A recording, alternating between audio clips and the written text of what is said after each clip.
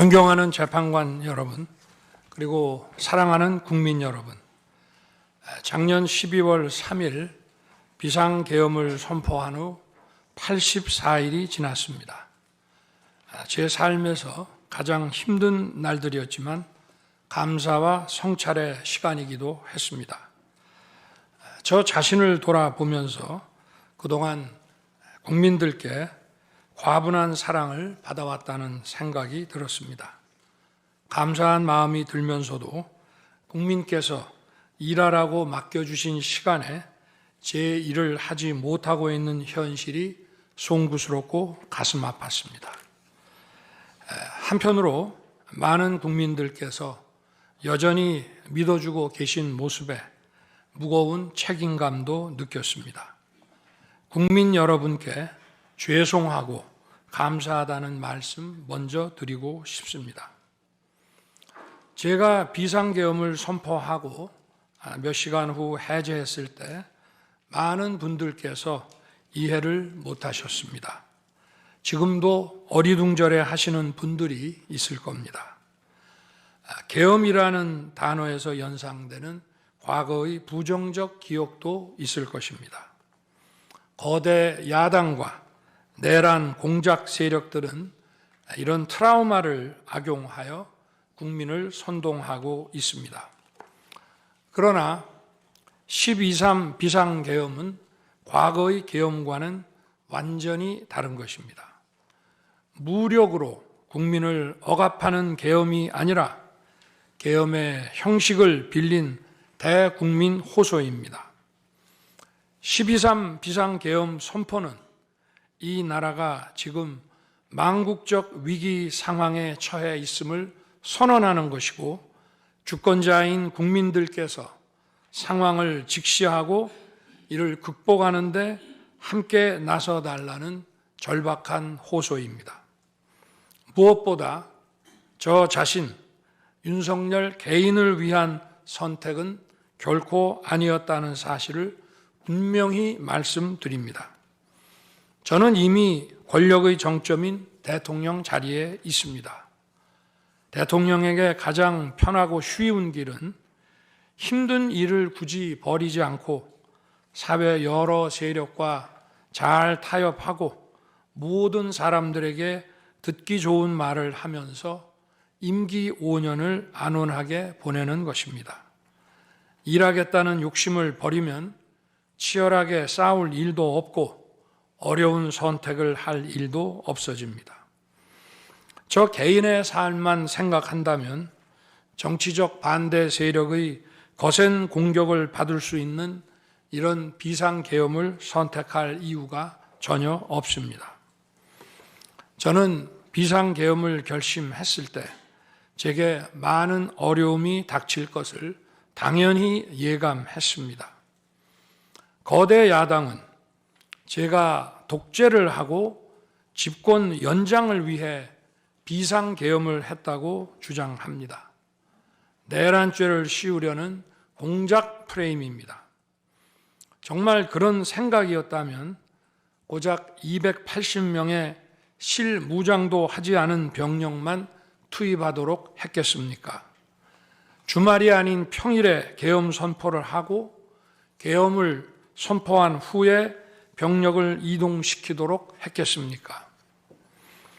심판정 증거조사에서 드러난 사실에 의하면 그나마 계엄 해제 요구 결의 이전에 국회에 들어간 병력은 106명에 불과하고 본관에 들어간 병력은 15명입니다. 15명이 유리창을 깨고 들어간 이유도 자신들의 근무 위치가 본관인데 입구를 시민들이 막고 있어서 충돌을 피하기 위해 불 꺼진 창문을 찾아 들어간 것입니다. 또한 국회의 해제 요구 결의가 이루어진 이후에 즉시 모든 병력을 철수했습니다.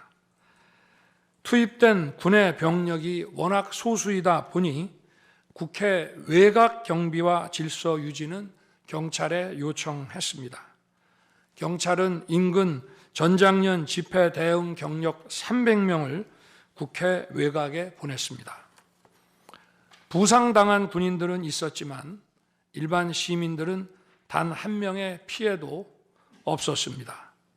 처음부터 저는 국방장관에게 이번 비상계엄의 목적이 대국민 호소용임을 분명히 밝혔습니다. 또한 국회의 계엄 해제 요구가 신속히 뒤따를 것이므로 계엄 상태가 오래가지 않을 것이라고 했습니다. 하지만 그런 내용을 사전에 군 지휘관들에게 그대로 알릴 수는 없었습니다. 그래서 최소한의 병력을 실무장하지 않은 상태로 투입함으로써 군의 임무를 경비와 질서 유지로 확실하게 제한한 것입니다. 많은 병력이 무장 상태로 투입되면 아무리 조심하고 자제하라고 해도 군중과 충돌하기 쉽습니다. 그런 일이 발생하지 않도록 원천 차단한 것이고 실제 결과도 예상대로였습니다.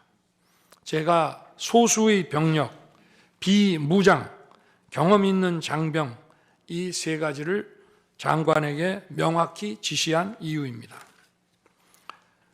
그런데도 거대 야당은 이것을 내란이라고 주장하고 있습니다. 병력 투입 시간이 불과 2시간도 안 되는데 2시간짜리 내란이라는 것이 있습니까? 방송으로 전 세계, 전 국민에게 시작한다고 알리고 국회가 그만두라 한다고 바로 병력을 철수하고 그만두는 그런 내란을 보셨습니까? 대통령이 국회를 장악하고 내란을 일으키려 했다는 주장은 어떻게든 대통령을 끌어내리기 위한 선동 공작입니다. 분명해 보입니다. 그렇다면 지금 우리나라의 현실은 어떻습니까? 국가 비상사태가 아니라고 단언할 수 있습니까? 북한을 비롯한 외부 주권 침탈 세력들과 우리 사회 내부의 반국가 세력이 연계하여 국가 안보와 계속성을 심각하게 위협하고 있습니다. 이들은 가짜 뉴스, 여론 조작, 선전선동으로 우리 사회를 갈등과 혼란으로 2023년 적발된 민주노총 간첩단 사건만 봐도 반국가 세력의 실체를 쉽게 확인할 수 있습니다. 이들은 북한 공작원과 접선하여 직접 지령을 받고 군사시설 정보 등을 북한에 넘겼습니다. 북의 지령에 따라 총파업하고 미국 대통령 방한 반대, 한미연합훈련 반대, 이태원 참사 반정부 시위 활동 등을 펼쳤습니다. 심지어 북한의 지시에 따라 총선과 대선에 개입한 정황도 드러났습니다. 지난 대선 직후에는 대통령 탄핵의 불씨를 지필하면서 구체적인 행동 지령까지 내려왔습니다. 실제로 대통령 당선인이 취임하기도 전인 2022년 3월 26일 윤석열 선제 탄핵 집회가 열렸고 그때부터 2024년 12월 초까지 무려 178회의 대통령 퇴진 탄핵 집회가 열렸습니다. 이 집회에는 민노총 산하 건설노조, 언론노조 등이 참여했고 거대 야당 의원들도 발언대에 올랐습니다. 결국 북한의 지령대로 된 것 아닙니까? 요즘 세상에 간첩이 어디 있냐고 말하는 분들도 있습니다. 하지만 간첩은 없어진 것이 아니라 대한민국의 자유민주주의를 무너뜨리는 체제 전복 활동으로 더욱 진화한 것입니다. 그런데 이러한 간첩 활동을 막는 우리 사회의 방어막은 오히려 약해지고 곳곳에 구멍이 난 상태입니다. 지난 민주당 정권의 입법 강행으로 2024년 1월부터 국정원의 대공수사권이 박탈됐습니다. 간첩단 사건은 노하우가 축적된 기관에서 장기간 치밀하게 수사를 해야 합니다. 그런데 제대로 준비할 시간도 없이 전문성과 경험이 부족한 경찰에 대공수사권이 넘어가 버렸습니다. 간첩이 활개치는 환경이 만들어진 것입니다. 게다가 애써 잡아도 재판이 장기간 방치되는 상황까지 발생하고 있습니다. 현재 재판이 진행 중인 간첩 사건이 민노총 간첩단, 창원 간첩단, 청주 간첩단, 제주 간첩단 등 4건이나 됩니다. 그런데 청주 간첩단 사건은 1심 판결까지 29개월이 넘게 걸렸고 민노총 간첩단 사건도 1심 판결에 1년 6개월이 걸렸습니다. 이들은 구속기간 만료 후 석방되어 1심 판결로 법정 구속이 될 때까지 버젓이 활보하고 다녔습니다. 현재 창원 간첩단 사건은 2년 가까이 재판이 중단되어 있고 제주 간첩단 사건도 1년 10개월째 재판이 파행 중입니다. 모두 석방된 상태입니다. 간첩을 잡지도 못하고 잡아도 제대로 처벌도 못하는데 이런 상황이 과연 정상입니까? 그런데도 거대 야당은 민노총을 옹호하기 바쁘고 국정원 대공수사권 박탈에 이어 국가보안법 폐지까지 주장하고 있습니다. 경찰의 대공수사에 쓰이는 특활비마저 전액 삭감해서 영원으로 만들었습니다. 한마디로 간첩을 잡지 말라는 것입니다. 작년에는 중국인들이 드론을 띄워 우리 군사기지, 국정원, 국제공항과 국내 미군 군사시설을 촬영하다 연이어 적발되었습니다. 이들을 간첩죄로 처벌하기 위해서는 법률을 개정해야 하는데 거대 야당이 완강히 거부하고 있습니다. 국가 핵심 기술을 유출하는 산업 스파이도 최근 급증하고 있습니다. 반도체, 디스플레이 등 기술 유출 피해가 수십조 원에 달하는데 그 3분의 2가 중국으로 유출됩니다. 중국은 사진 한 장만 잘못 찍어도 우리 국민을 마음대로 구금하는 강력한 반간첩법을 시행하고 있는데 거대 야당은 산업 스파이를 막기 위한 간첩죄 법률 개정조차 가로막고 있습니다. 또한 거대 야당은 방산 물자를 수출할 때 국회 동의를 받도록 하는 방위사업법 개정안을 당론으로 추진하고 있습니다. 방산 비밀 자료를 국회에 제출해야 하고 거대 야당이 반대하면 방산 물자도 수출할 수 없게 됩니다. 국회에 제출된 방산 비밀 자료들이 제대로 보안 유지가 되며 적대 세력에 넘어가지 않는다고 누가 보장할 수 있겠습니까? 방산 기밀 자료가 다름 아닙니다. 또한 거대 야당은 제가 비상계엄으로 국회의 권능을 마비시키려 했다며 내란몰이를 계속하고 있습니다. 하지만 거대 야당은 제가 대통령에 취임한 이후, 아니 취임하기도 전부터 지금까지 지속적으로 끈질기게 정부의 권능을 마비시켜 왔습니다. 마치 정부를 마비시키는 것이 유일한 목표인 것처럼 국회의 권한을 마구마구 휘둘러 왔습니다. 국회의원과 직원들의 출입도 막지 않았고 국회 의결도 전혀 방해받지 않은 2시간 반짜리 비상계엄과 정부 출범 이후 2년 반 동안 줄탄핵, 입법 예산 폭거로 정부를 마비시켜온 거대 야당 가운데 어느 쪽이 상대의 권능을 마비시키고 침해한 것입니까? 거대 야당은 국무위원들은 물론이고 방통위원장, 검사, 감사원장에 이르기까지 탄핵하고 또 탄핵했습니다. 탄핵 사유가 되는지 여부는 전혀 중요하지 않았습니다. 심지어 거대 야당 대표를 노려봤다고 장관을 탄핵하기도 했습니다. 일단 탄핵해서 직무를 정지시켜 놓고 정작 헌재 탄핵 심판에서는 탄핵 사유를 마음대로 변경하는 황당한 일도 반복해 왔습니다. 얼마 전 중앙지검장 등 검사들에 대한 탄핵 심판을 재판관 여러분께서 직접 진행하시지 않았습니까?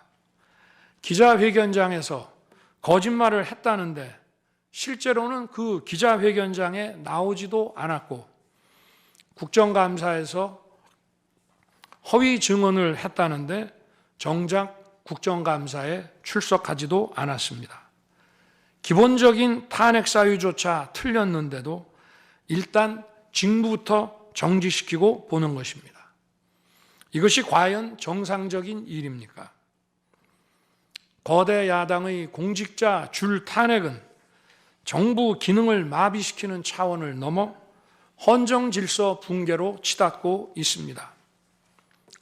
이태원 참사가 발생하자 거대 야당은 연일 진상규명을 외치면서 참사를 정쟁에 이용했습니다. 급기야 행정안전부 장관을 탄핵했습니다. 당시 북한이 민노총 간첩단에게 보낸 지령문에 이런 내용이 있습니다.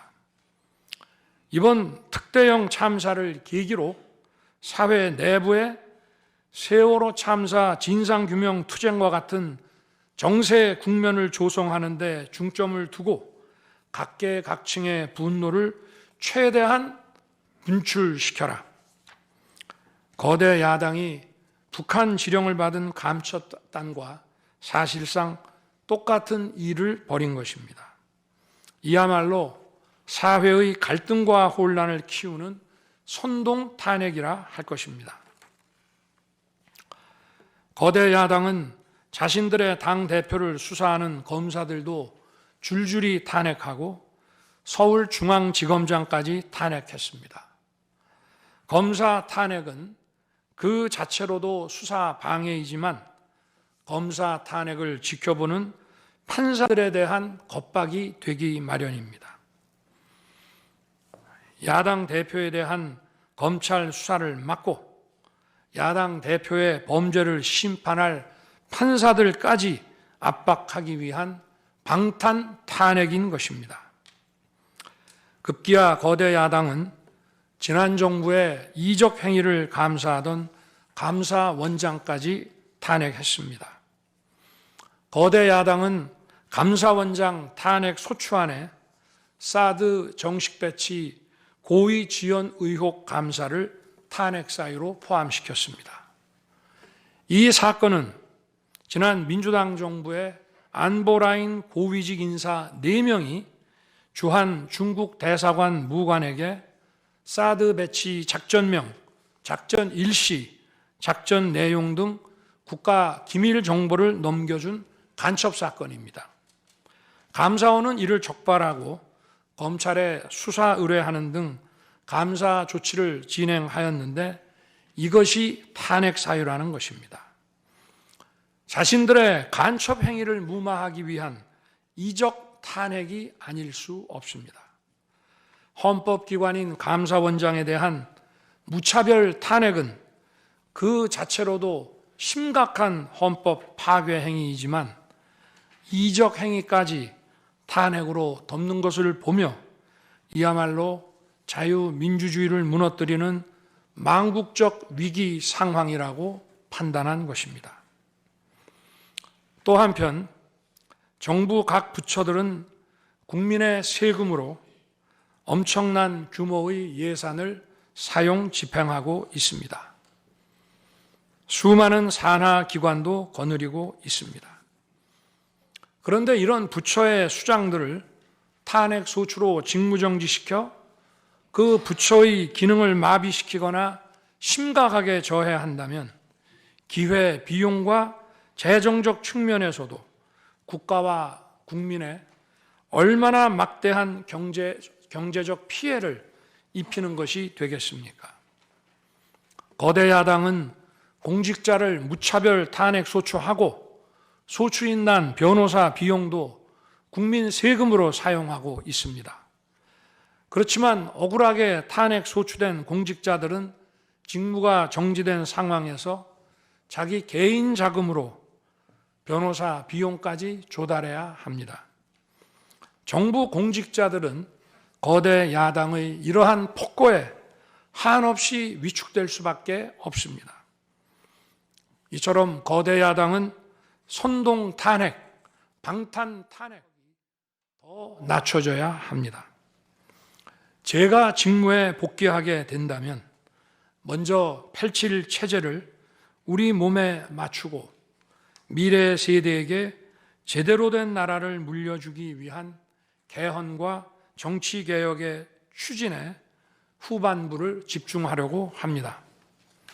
저는 이미 대통령직을 시작할 때부터 임기 중반 이후에는 개헌과 선거제 등 정치 개혁을 추진하겠다는 계획을 가지고 있었습니다. 현직 대통령의 희생과 결단 없이는 개헌과 정치 개혁을 할 수 없습니다. 그래서 내가 이것을 해내자고 생각했던 것입니다. 저는 여러 전직 대통령들이 후보 시절 공약하고도 이행하지 못한 청와대 국민 반환도 당선 직후 즉시 추진하고 이행한 바 있습니다.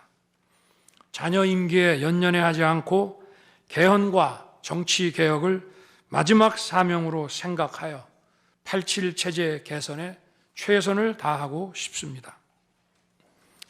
개헌과 정치 개혁 과정에서 국민 통합을 이루는 데도 노력을 다할 것입니다. 결국 국민 통합은 헌법과 헌법 가치를 통해 이루어지는 만큼 개헌과 정치 개혁이 올바르게 추진된다면 그 과정에서 갈라지고 분열된 국민들이 통합될 것이라고 믿습니다. 그렇게 되면 현행 헌법상 자녀 임기에 연연해야 할 이유가 없고 오히려 제게는 크나큰 영광이라고 생각합니다. 그리고 국정 업무에 대해서는 급변하는 국제 정세와 글로벌 복합 위기 상황을 감안하여 대통령은 대외 관계에 치중하고 국내 문제는 총리에게 대폭 위임할 생각입니다. 우리 경제는 다른 어느 나라보다 대외 의존도가 높습니다.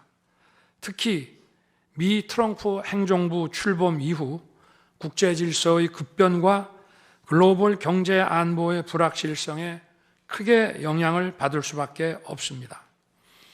지금 우리가 국가 노선을 어떻게 선택하느냐에 따라 이 위기가 기회가 될 수도 있고 돌이킬 수 없는 재앙을 맞을 수도 있습니다.